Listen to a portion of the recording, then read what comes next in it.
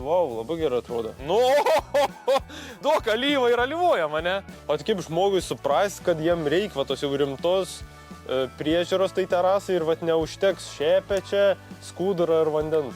Tai paprastas pavyzdys, šiandien lyja, ane, ir daug žmonių sakys, tai nulyjo, lietus, eik alyvuoti, viską nebereikia, jokių ploviklių nereikia plauti.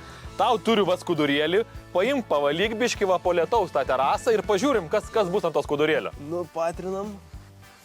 Wow, labai gerai atrodo. Nu, daug alyva ir alyvoja mane. Yra intensyvus valiklis ir yra, vadinkim, terasų muilas medienos valiklis. Jeigu terasą apleidot, nealyvavot kas metai ir jis atrodo jau nekaip, tokiu atveju turit naudoti intensyvų valiklį. Bet jeigu tavo terasą atnaujinat kas metai, naudojat medienos valiklį ir dar reikia paminėti, kad augalai jo irgi nebijo.